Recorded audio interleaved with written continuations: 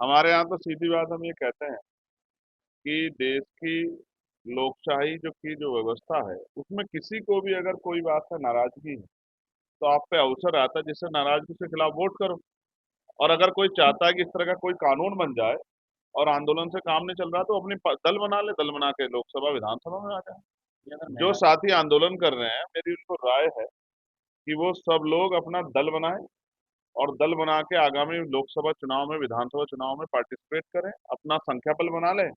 उनका बहुमत हो जाएगा, बहुमत बना के वो कोई भी कानून पास कर सकते हैं। छात्रों के आंदोलन के बाद छात्रों के आंदोलन के बाद जिन्होंने आप बीजेपी और आरएसएस जयललिता और जयललिता के साथ सीधा संवाद करते हुए 14 से 25 वर्ष की जो ये युवा है ये बहुत सेंसिटिव मामला है जो आप कह रहे हैं, युवा वाला वो भी है, लेकिन पहले इसकी गंभीरता को भी समझना पड़ेगा।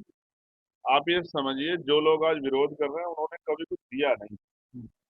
ये तो संवैधानिक व्यवस्था नहीं होती तो आप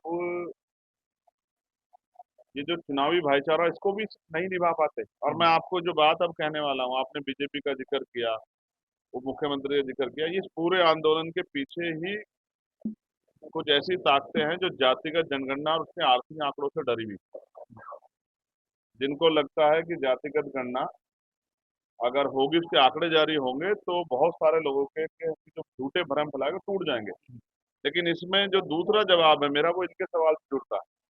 शिक्षा, पेपर लीक, रोजगार जैसे मुद्दों पे नौजवान इकट्ठा हुआ था, और जब नौजवान इकट्ठा हुआ तो सरकार ने दिमाग लगाया कि इनको कैसे तोड़ा जाए।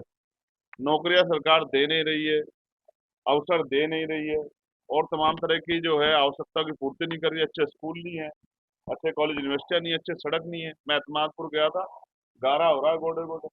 तो मैं ये बात आपको इसलिए बताऊं, सरकार को लगा, और उन ताकतों को जिनका मैं जिक्र कर रहा हूँ, जो संगठन बने हुए हैं, जो अपने आप को राष्ट्रवाद संगठन कहते हैं, उन्होंने दिमाग लगाया कि इस एकता को कैसे तोड़ा जाए। तो उनमें से कुछ लोगों को चिन्हित करके ये आरक्षण वाले मुद्दे पर आगे कर दिया कि जो युवाओं की एकता बनी थी देश के विभिन्न इंपोर्टेंट मुद्दों पे आवाज उठाने की, संघर्ष करने की, वो मुद्दे पीछे छूट जाए। लेकिन हम ऐसा नहीं होने देंगे।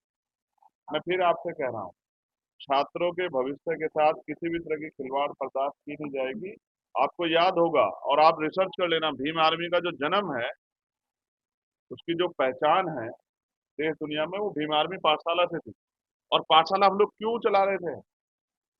जब आप पाठशाला के बारे में जानेंगे तो ये भी जानेंगे क्यों चला रहे थे। क्योंकि सरकारी सिस्टम, सरकारी स्कूलों की हालात बहुत खराब है, जर्जर है, टीचर नहीं है, पर्याप्त टीचर नहीं है, बिल्डिंग अच्छी नहीं है, स्वास्थ्य सेवाएं नहीं है, सुविधाएं नहीं है, किताबें समय पे नहीं मिल रही है, शौचालय नहीं है, पेयजल पेयजल पदार्थ यानी कि पानी और वो आवश्यक सुविधाएं नहीं है, अच्छी शिक्षा नहीं मिल रही। इसलिए हमने पाठशालाएं चलाई कि हम अपने बच्चों को पढ़ा सकें, उनकी नींव मजबूत कर सकें।